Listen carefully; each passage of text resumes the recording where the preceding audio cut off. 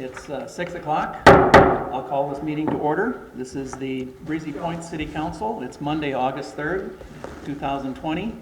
And our first order of business is the Pledge of Allegiance.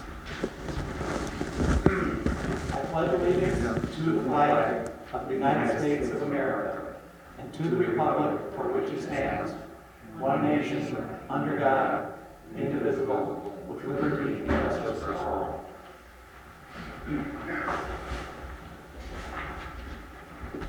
Welcome everybody on a beautiful night like tonight. Let's see if we can get through this and then we can hit the water.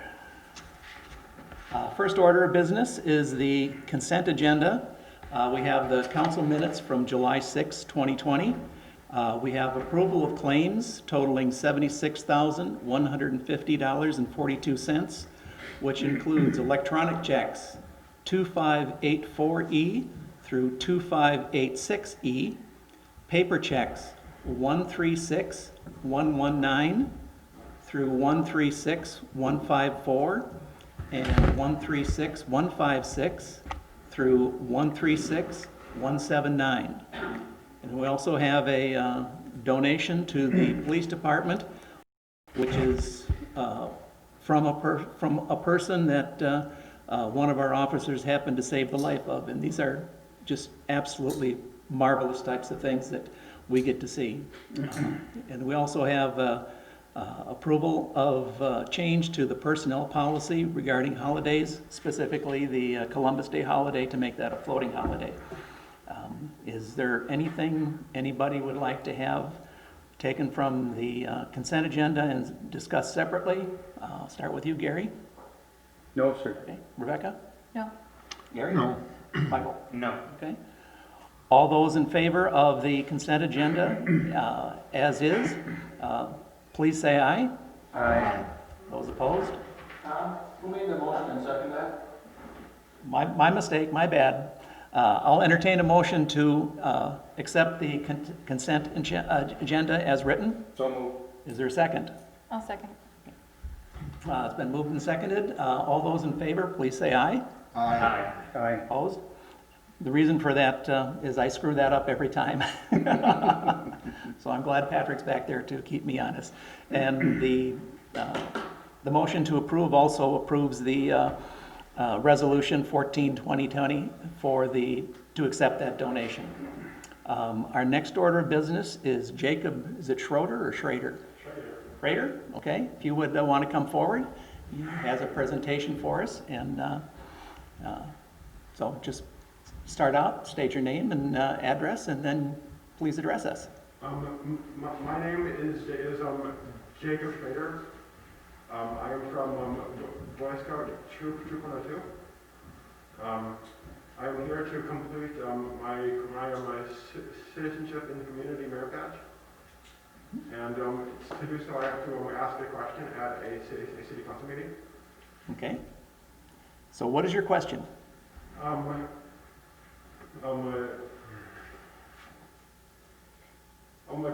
we get a four-way stop sign on the intersection of County Road 11 and Ranchette? That is a real good question. That has been discussed over the years to have a stop sign there.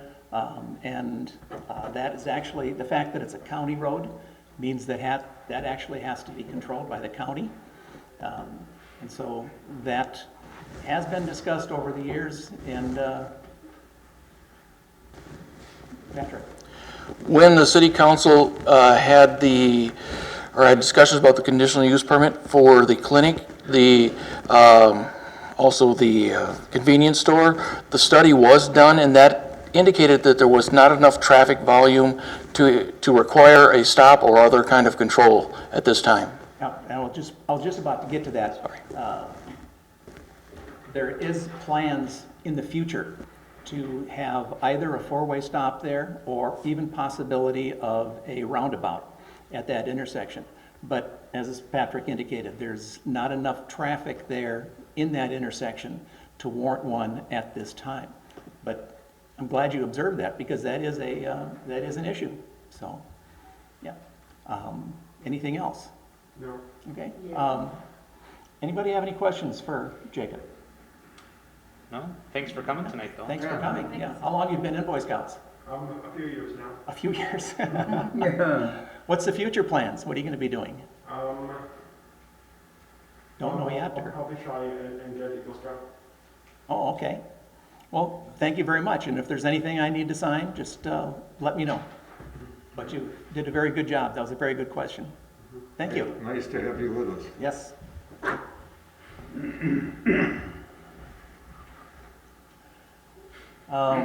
Next item is open forum. Anybody wishing to come before the council and speak, please do so. Come up to the microphone, state your name and address, and ask the council for anything you would so desire.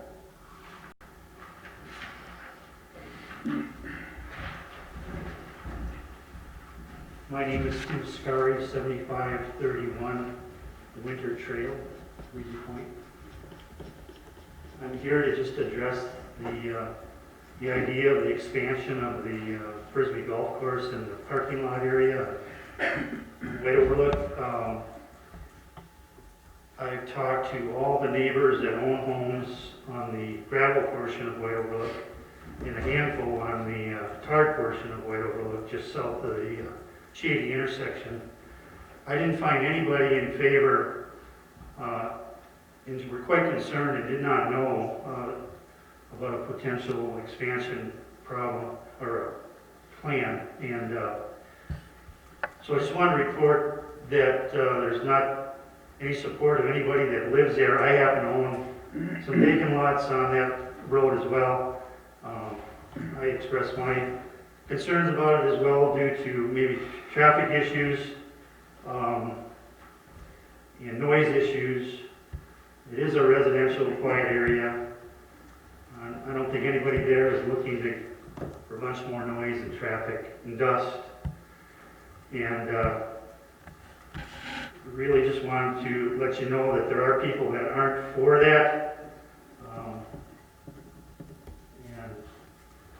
And that's kind of where we're coming from. Okay. Well, thank you very much. Yep. Anybody else for open forum?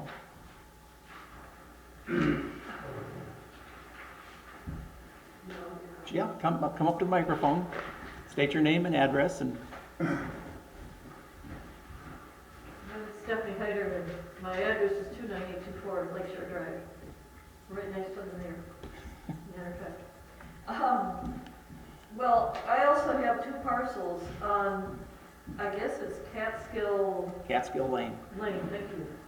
I'm not even sure because the problem is I can't get to them. Haven't been able, my father bought them many years ago, and I've let them, I haven't been paying them taxes because they have valued at $2,100 for each parcel, and they're worth nothing as far as I can see. And I've been trying to discuss with the county what am I supposed to do with these two parcels if you can't get to them. I can't even get to them, much less a developer. So I guess basically what I'm saying is that if there is, and I hope there is, some plan to do some improvement to the road or improvement to what is not a road, so that people could get to that, then I may start paying taxes and not let it go to tax forfeiture, which I'd rather not do. So that's my question, and I'm supportive of that if that's going to happen. Thank you very much. Anybody else for open forum? Nobody else appearing, I will close the open forum. And our next order of business is the mayor and city council reports. It's a little bit different than what we've had before. We used to have mayor and council reports, and then we had committee reports. And essentially, instead of having two line items in the agenda, we'll just have a single line item. And so I will start out, and when I call on each one of you, I will be looking for any comments that you have and your liaison reports for the committees that you're responsible for.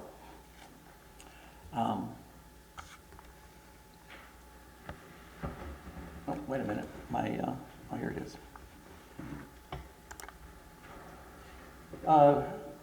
Recently, we had a tax forfeit property sale, and of that tax sale, there was 150 tracts in Breezy Point that were offered for sale. 42 of the tracts sold at auction, comprising a total of 89 individual lots. A tract, for the purposes of the land services, may be one or more lots all combined together. And 42 of those sold, which, as I said, was 89 individual lots. And this is the most successful land auction in Breezy Point. I've been going to them for the last 10 years, and this has been by far the most successful. Several of the tracts sold were purchased by builders on unimproved and minimum maintenance roads. And as Stephanie was saying, this issue of lots that are on unimproved roads is something we really need to do something about. We do have a lot of them, and many of these tracts were actually purchased, as I say, by builders who are planning to build on it. So it is going to be very important that in the near future we have some sort of policy, some sort of program to take these minimum maintenance roads and elevate them at least to gravel status so that we can issue building permits and open up these lots to development. And currently, this is after the land sale, we still have 112 tracts comprising 173 individual lots that are on the tax forfeit roll. These are available for over the counter at any time. And this is by far the largest number of tax forfeit lots in all of Crow Wing County. Next topic is fire board summary. You have that in your packet. The actual meeting itself was canceled, but we did get the summary. Breezy Point had 11 calls total, 4 for grass fires, 1 for kitchen fire, 1 for car fire, 1 medical assistance, and 4 for gas, natural gas, CO detectors failures, or that associated things. Also, Patrick and I attended the Pequot Lakes Fire Relief Association special meeting, and it was basically called to answer questions that we had concerning the funding, organization, rules, etc., that we actually raised, with respect to how the Pequot Lakes Fire Department is being run. It was a very interesting meeting. We did find out a lot about how our fire contract is actually calculated, how the Relief Association, how that money is used. We did request that we met with Tom Nelson, the fire chief, separately, and requested that a special meeting of all contract holders be had to discuss how the language in the contracts is worded and how it needs to be clarified. And this needs to be done before the next contract is signed. It's somewhat confusing, and some of it's anecdotal information that, quote, everybody knows as to how it is calculated, but it's not clear in the contract. And with the leaving of the Pequot Lake City Administrator, a new administrator coming in will not really have that anecdotal information to follow forward on. And the last item I have is on golf carts. We've been seeing an increased number of complaints associated with golf carts. And currently we have over 500 golf carts licensed in the city of Breezy Point. Some of the issues we've been seeing is erratic driving, underage driving, golf carts with too many passengers, and most offenses seems to be by a small number of youth acting irresponsibly. I have given people the information that if they do see a golf cart, get its license number and report it to the city, and we will get a letter out saying that it has been identified as improper behavior, and hopefully we can get that corrected. It took a lot of work to get the golf carts able to be driven on the county roads, which really opened up everything in the city, and it made it a lot easier to get around. Golf carts are considered essentially a secondary means of transportation here in the city. And we are very happy to have that going on. And I hate to see anything happen that, you know, somebody gets hurt or something like that. Because one of the arguments was that we've never had an accident, our golf cart accident in Breezy Point. So I don't want anybody to get hurt and spoil that record. And that is all that I have. Gary Bakken, I'll start with you. Can I go back to an item there on the fire department, Mr. Mayor? This is your if I may? time that you can talk on anything you want. This Thank is you. your time. We had a controlled burn on the north end of the lake here. You may or may not be aware of that, and I thought it was a house on fire. It was, It was a controlled burn. They burned down that A-frame, that old piece of junk yeah. on what's his name's property over there. Mhm. My question is, we used to have somebody from the city on the fire department, and I found out by calling the city hall here the other day, we don't have anybody. Why is that? Well, if you want to volunteer, it's a volunteer fire department. I understand that. Yeah. Brian Samansky used to be on it, but Yeah. he just left. I don't know if there's anybody else that lives in Breezy Point that's on the fire department, but maybe I don't understand what you're asking. I find it strange that we don't have somebody on the volunteer fire department. Okay. Pure and simple. And I'm wondering what the rest of the people here think of that. There's not a whole lot, you know, it's a volunteer organization. Anybody that lives in the area can be on it. So the city The city does itself not, will not the pursue city does not somebody- assign anybody to it, no. Okay, well. That's just a matter of, You don't assign a volunteer. right. Okay, very well. Now, a couple of reports just to bring up. This is your to time. everybody. Cemetery Commission has been very quiet for a long time. We're having our first meeting this month. In respect to the airport and the liaison, very busy. There's a meeting that will occur on August 22nd at 10 a.m. and I hope, Gary, you're aware of that. You I am. And are you going to be there also? Yes. Great, great, great, great. This is part of their plan, and Patrick and I had some discussions on the proposed development there on the east side. This will be germane to that, and there may be some plans there from what I'm hearing from Cliff. And I have indicated to Cliff, the manager, that the city needs to see respective plans and be kept in tune with what's happening. At this date, they've got nothing on a piece of paper, but Now, I expect that to happen yeah. soon. You are aware that we have nothing to do with the airport. I'm The very only much thing- aware of that. the only- However, the only they thing- got roads that want to tie to areas, and I'm just trying to keep everybody up to speed. I'm very much aware of Yeah, that. the only thing that they interface with us is if they want to do some building, they need a building permit, and that's, That's the direction that, That's all we have, that Patrick was We have no- going, and I totally agree with it. And Yeah. I'm going to do my level best, as will Gary, to see that the city and the planner gets that information.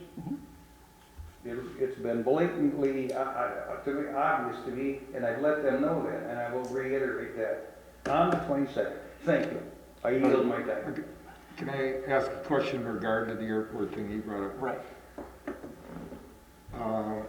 If they give us plans for the hangar, will it also include landscaping, or is it just a building? Whatever they do, they present it to planning and zoning. They have nothing to do with city council. Well, planning We and have, development, the city council has nothing to do with the airport whatsoever. no, I understand that. Their only interface, if they want to do expansion, if they want to do building, is with planning and zoning. P and Z. That's, we have no liaison, we have no formal ties with them whatsoever. Private organization. Well, Cliff and I are good buddies. I Yeah, can talk to him. Cliff's a good friend of myself, of mine as well. Okay. Okay, Thank you. Rebecca? I don't have anything to report. Okay. Gary? Yeah, the Heartland Cable Commission met on the 20th. And a couple of things, Nancy Malacca has gone to work for the county, so she's no longer secretary, so they're looking for a new secretary. Secretary has to come from Pequot Lakes for some reason. In the last year, City of Breezy has donated paid $8,464 to the commission, citizens of Breezy. And we should have received a check for $5,936 in April. Patrick's going to look back into that. Also, they give out 5 scholarships to high school graduates going on to school. And 4 of those are for $1,500 each. One is for $2,000. And Breezy Point contributes, people contribute a large portion of the fund that come into the Cable Commission, so it'd be nice if Breezy Point people are aware that their children can apply for a scholarship. And I have the name and address of the chair who handles that, and it goes before a committee. It's based on Scholastic and other any other things, but it's something to consider. So if anybody wants a name, phone number to call, I'll give it to you. Other than that, one thing the commission does keep a $50,000 reserve for basically legal fees, and if they ever run into it, they haven't any problems, but it's in saving certificates, and so it's just something to be aware of. Last year they took in $19,335 total in commissions and interest. So that's a report on the Cable Commission's Okay. thing. Can I ask the gentleman that came up here a question for I know we're past that, but. We're past that now. Okay. All right, that's it. Okay. Michael? Yeah, Personnel Committee had some email discussions back and forth. We've already seen that in front of us tonight regarding the Columbus Day trade out for floating holiday. P&Z met last month. They had a public hearing to essentially take 3 lots of the Copperwood addition, transferred to 3 different lots. They essentially took one off-lake lot and combined them. We'll be seeing that later tonight though. And also a public hearing was held in regards to a non-conforming structure that was in need of repairs. The commission heard that and approved that. And at the final note, we had discussion, a good amount of discussion regarding short-term rentals. With the Crow Wing County passing their new rental ordinance, if you would, the city is making sure that we can check with that. Do we align ourselves with it? Do we stick with what we have? So the P&Z directed staff to come back with a lot more information to discuss at their next meeting. And we can always, we can't be less restrictive, but we can be more restrictive. And there may be some areas that we want to be more restrictive on and keep our ordinance, or we could do away with it altogether. And so we're looking for guidance from P&Z. Yes. That is it. Anything else? Okay. We'll come back to you in a little bit for the information on the Copperwood approval. Administrator and staff reports.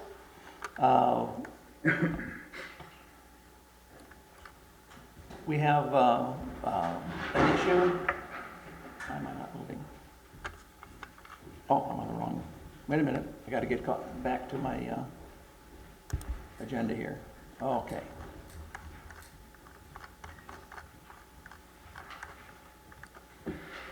Okay, we have a proposal from, to do a street condition survey by the city engineer. Mr. Mayor, Yes, our city engineer is walking in at this moment, if we Oh. want to wait for him. okay. I believe that's where Patrick went. Patrick, is Joe coming in? I just went out to get him, and yes, he'll be in. Okay. We just do a little background. The proposal is for the city engineer to complete a street condition survey. And you'll see the proposal from the city engineer. We've requested this survey because to be done during the summer months while we can get it done without having a lot of snow and stuff like that. This issue has been prompted in the past.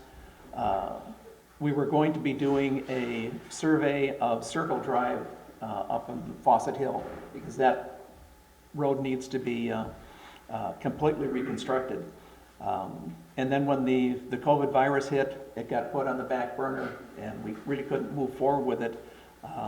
And part of the thought process is if we would evaluate and identify other streets within the city that need reconstruction for the same issues, we can probably get a cost of economy of scale by doing a larger number of reconstructions at the same time. So, Joe, I'll let you talk about the proposal. Okay, we were, but this is hard. This is really hard to talk in something like that.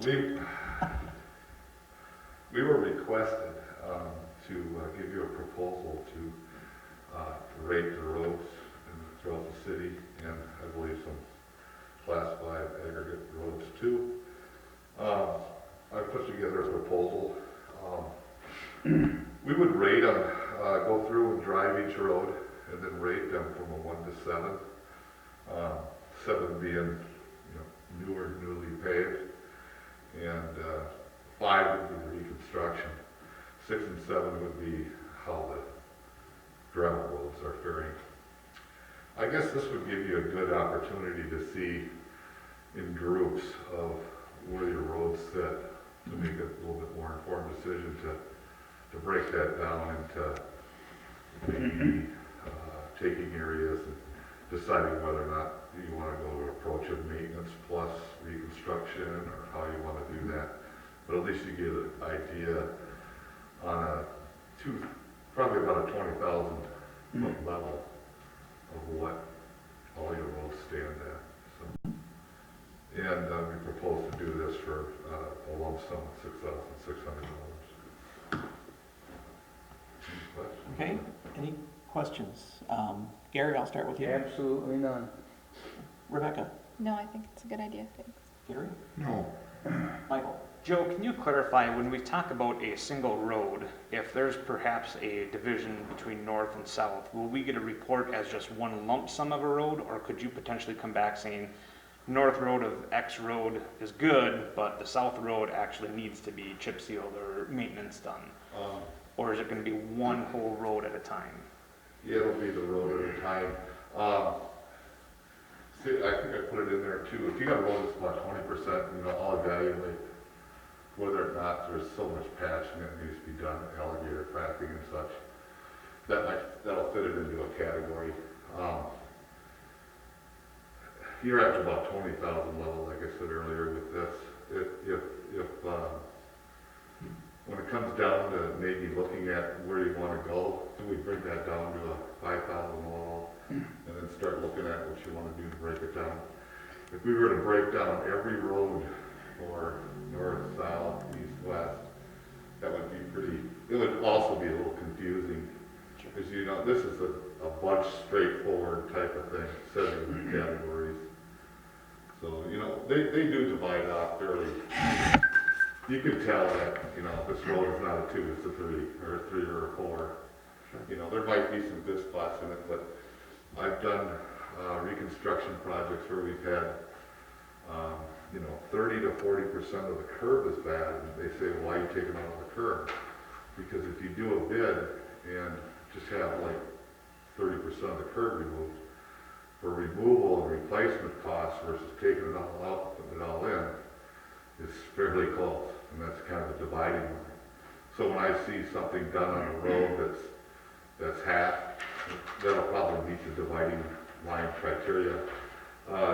Joe brought up a good point when I was talking to him about, you know, what about the drainage issues and stuff like that, are you gonna evaluate those? Generally, a drainage issue will show its ugly face in the road. And then when you bring that down, that 5,000 level, then you start looking at those aspects of what you want to do. Okay. One more follow-up question too, Joe, if you could. Right now it's being proposed that we look at this for our 2021 budget.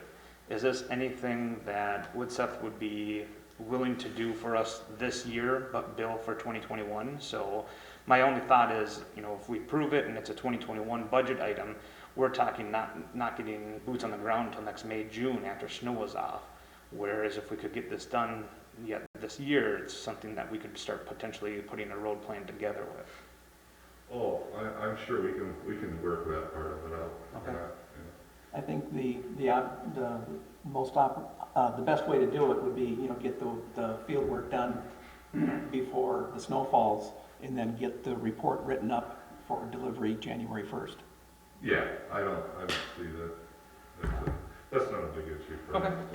Perfect. If it was maybe $100,000, we might talk about it, but Understandable there. not that 6,000 isn't a large amount of money, it's just A little bit more easier to work a with. little bit of palatable work for that. Perfect. Further discussion? Okay. I will entertain a motion to accept the proposal from Woodseth Smith and Knowlton to do the street survey. So moved. Second? Second. All those in favor say aye. Aye. Opposed? We will get started on the road survey. Thank you very much. Thank you. Next item is the pay request for, from Northern Lines Construction for the completion of the Papago, Suffolk, White Birch project. The project was awarded in 2019. Final payment is for $193,793.48. And correct me if I'm wrong, this is a final cost about $17,000 under the original estimate? $17,166, and I think I wrote 95 cents. Whatever, under the original estimate, which is, you I know, like it when they come under. come in under budget. That's what I would like to make a good point on, because They that was- did excellent work too, I thought. Yes. So, I thought, you know, I've driven down it now on my, on our bikes and our golf cart, and it's a whole lot nicer. So, We have had a couple of issues with, you know, the rains, the larger rain events, but right, that's just an act of God. They came out and fixed them and worked with it, you know, they could have probably hemmed and hawed a little bit, but they didn't. yeah, One thing that did happen that got overlooked a little bit was, my bad there, I thought they were done with the property irons replaced, they hadn't done them. They did, we contacted them today, they'll be doing it, they're hiring us to do it, so I know it'll get done. So, that being the only thing, I would recommend that payment be made, but after we get those property irons in. So the approved payment, okay, probably be a week to hold the check or something like that, so that we make sure that's done. okay.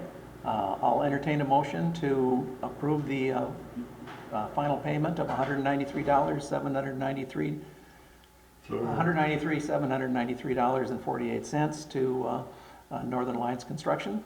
So moved. Second. Further discussion? Michael, anybody? Just to clarify, we're taking Joe's recommendation to pay after After they the have irons are, converted. after the irons installed, yes. Okay. Gary?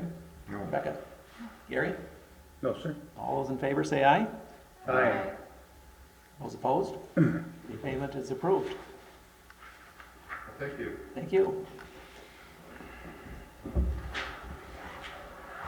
Okay, the next item is the approval of the plots, the replotting for the Copperroot development. Michael, if you want to just fill us a little bit on the background on that? Yeah, I'll try to keep it simple here. Boy, I think this was done a year or 2 years ago that this land was subdivided out to 6 parcels. Specifically, what we're going to be talking about is the west side. There were 2 properties that were on the lake shore with 1 non-lake shore. The developer felt that it was more advantageous to have 3 lakeshore properties versus having the 2 and 1 non. So they came back in front of the P&Z and showed a different plat. Still going to be 6 properties total amongst the whole subdivision. Just restructuring the way that the first 2 lake lots and third non-lake lot now into 3 lake lots. Which makes perfect sense. Short and sweet. Yep. They all still have ample frontage, both lake-wise and road-wise. Everything will still meet setbacks. Okay? At this point, I will entertain a motion to approve the preliminary and final plats of the Copperroot addition. So moved. I'll second. Discussion. Gary? No, sir. Rebecca? Gary? No. Michael? None. All those in favor of approving the preliminary and final plots for the Copperroot addition, please say aye. Aye. Aye. Motion is carried.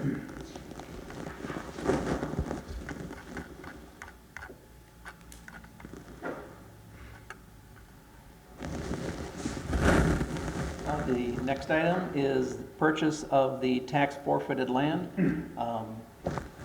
As part of the golf course expansion, the city was looking at an alternative for basically an additional access to the golf course that's existing there now, so that we can expand another 18 holes to the northern part of that area.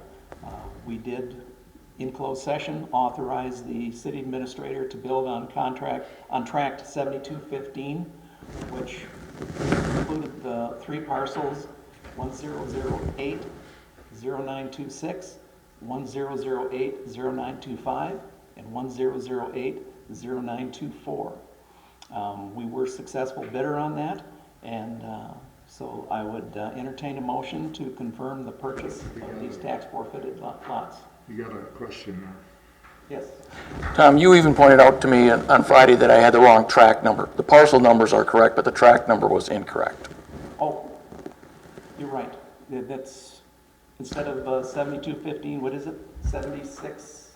15, but the parcel, but specifically to note that the parcel numbers are Parcel numbers correct. are correct, but the tract number was incorrect, and I've got it here someplace. I pointed it out to Patrick. But the tract number is kind of irrespective. The key items are the parcel numbers that we actually did acquire. Okay. So I will entertain a motion to approve the purchase of the 3 parcels. So moved. Your second. Second. Discussion. Gary? None. Rebecca? None. Gary? No. Michael?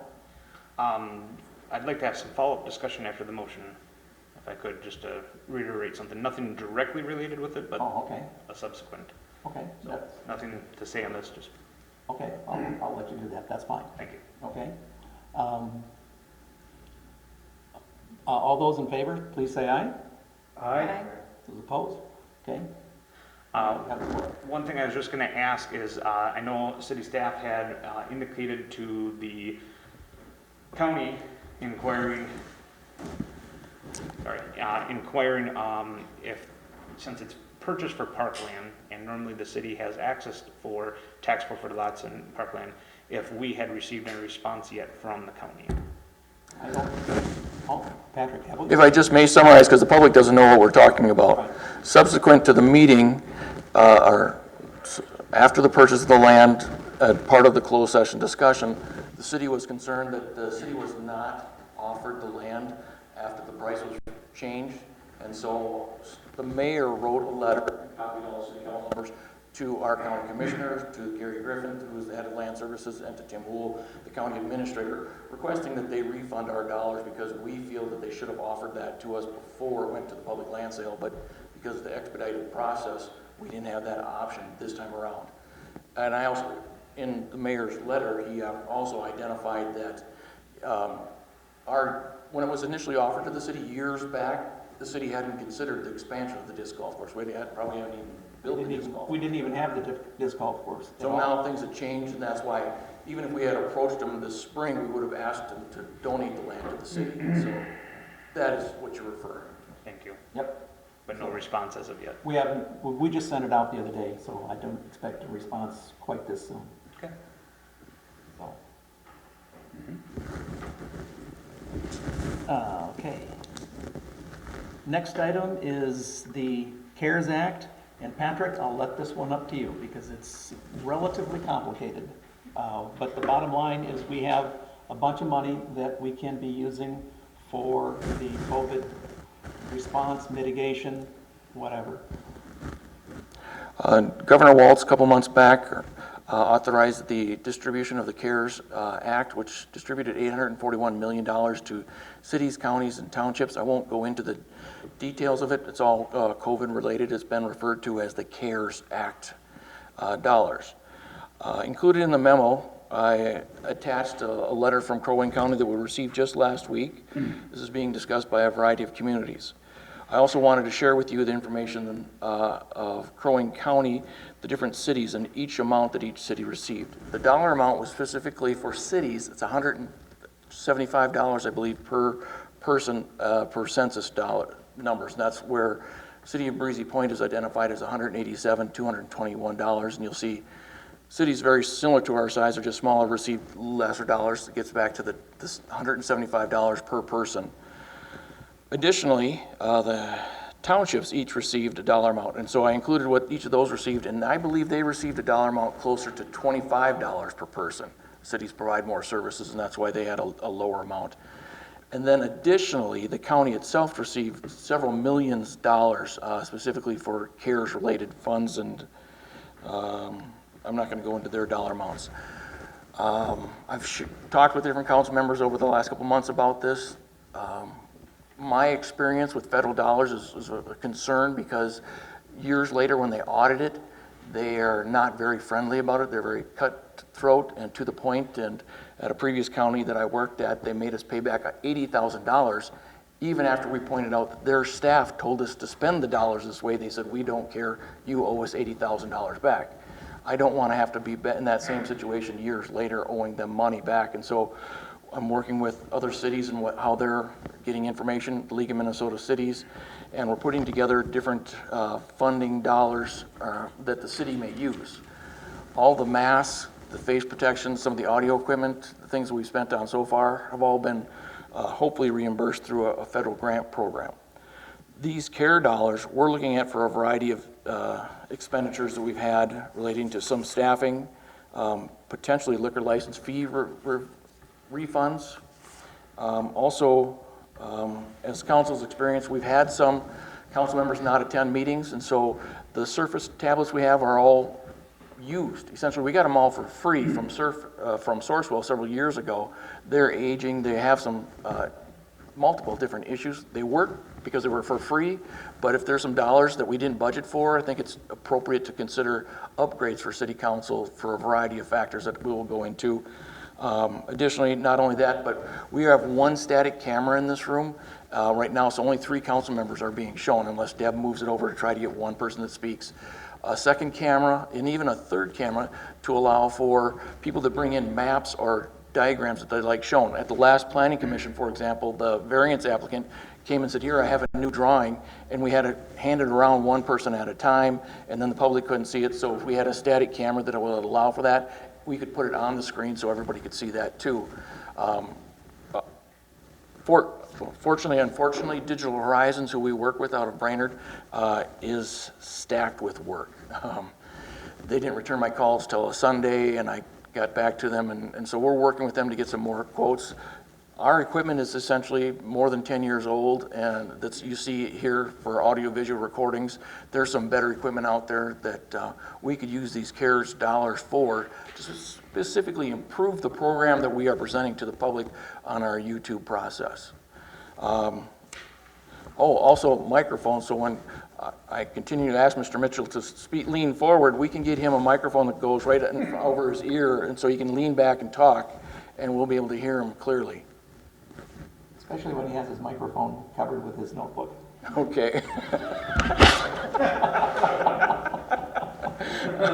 Again, it's all about improving the product for our listeners, and also this is our official record that we keep these documents or the recording forever type situation. So we're trying to make sure that everybody can hear it clearly, and those are the kind of calls we get.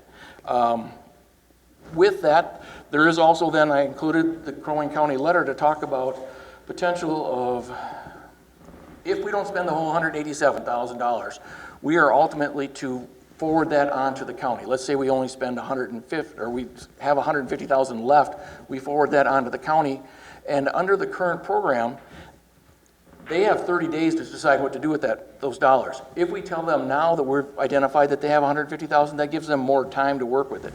They identify in the program, the pages, documents that you have, a process that they're anticipating using. I've received from the county administrator the forms that they would have people fill out or businesses fill out. But I wanted to share this with you. We don't have to give them an answer today. They would like me to report back, and then we can make like an official action in September, if that's okay with the council. But additionally, one thing for everybody to understand, these dollars are supposed to be spent from March 1st to November 15th of 2020. We don't get these dollars for 2021. They must have thought that the COVID-19 will go away and all of our expenses will go away after November 16th. So that's this program. We have to work within those guidelines. That's typical thinking coming out of St. Paul. This is actually from the federal government. Oh, it's from the feds, okay. I'd be willing to answer any questions. I was gonna say, anybody questions for Patrick? Gary, anything? No. Rebecca? No. Gary? Yes, Patrick, if we give the county the right to deal with those funds, and 2 years from now the government says, hey, some of that money was misspent, are we still going to be liable as a city to return that? We should only be held responsible for the dollars we spend. Let's say we don't spend any of the 187 and we forward it all onto the county. We are not liable for any of those dollars that the county spends. Because I see the county has made a commitment to spend our money in our city. If we ask them to, that is part of what they would then do. They don't want, their point being, they don't want to duplicate a program that we Right. might also do. Right, okay. Michael, any questions? None. Okay. Patrick and I have been talking about this. I'm in here every Wednesday morning for office hours, and we've been discussing this for a couple weeks now. And there's a lot of opportunities, where we can spend some money, and it is pretty much in direct support of the COVID mitigation. So we are looking for some of the things with, especially the upgrades of the electronics, audiovisual, because it's increasing our communications with the public.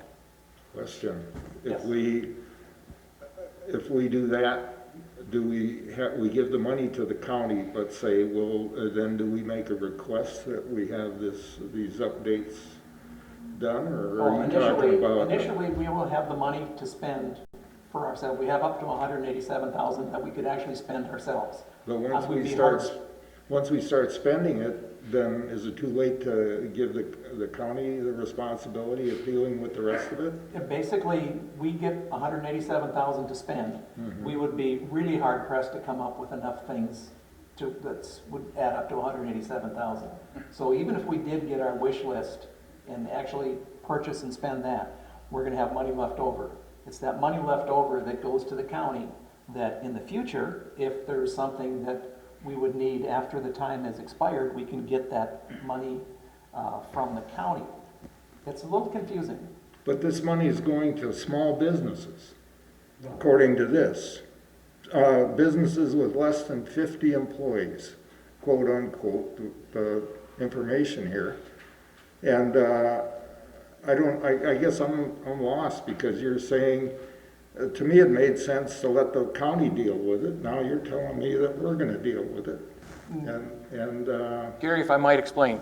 So let's say the city identifies an expenditure in the amount of $30,000 total with everything we've got going on.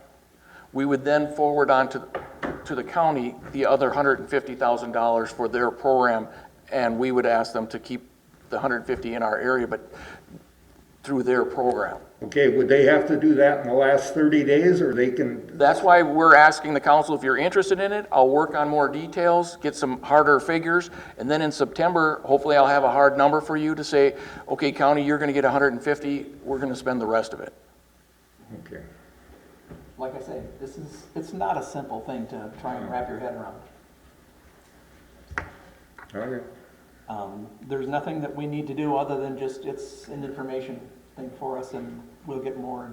It sounds like you're interested in the county program at this point in time, though, as a city council, so that I should continue to work towards that? That is correct. I am concerned that the small businesses that have been hurting Yep. will get up to $10,000 according to this, and that's my real concern.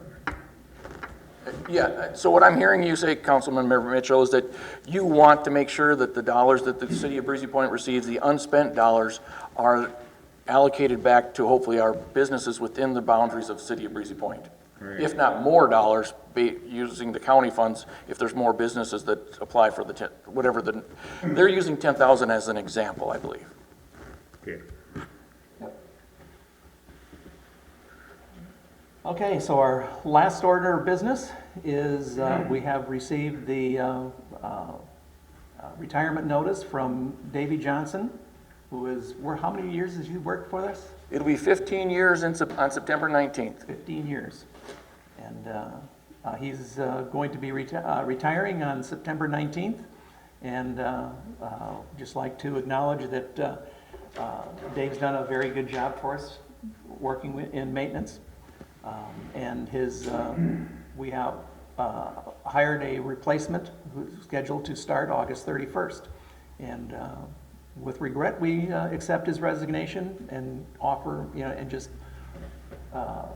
wish him well in his retirement. And if he needs any help in retiring, I've done it about 5 or 6 times, and so I can give him all the advice.